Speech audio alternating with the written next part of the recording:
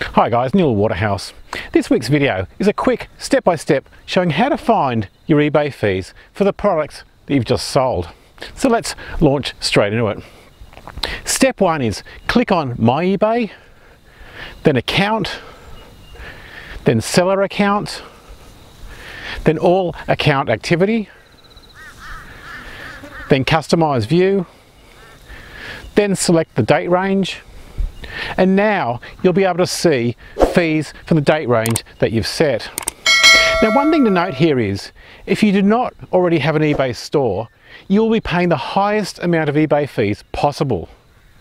If you're not already a full-time seller, but your goal is to be a full-time seller, you'll at some stage want to open an eBay store, so you'll pay lower eBay fees.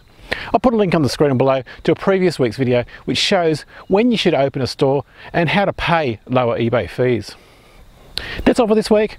Please leave me a comment below. While you're there, make sure you hit the subscribe button to the No Fluff channel that teaches how anyone can make a full-time living from their home using eBay and Amazon using less than $100.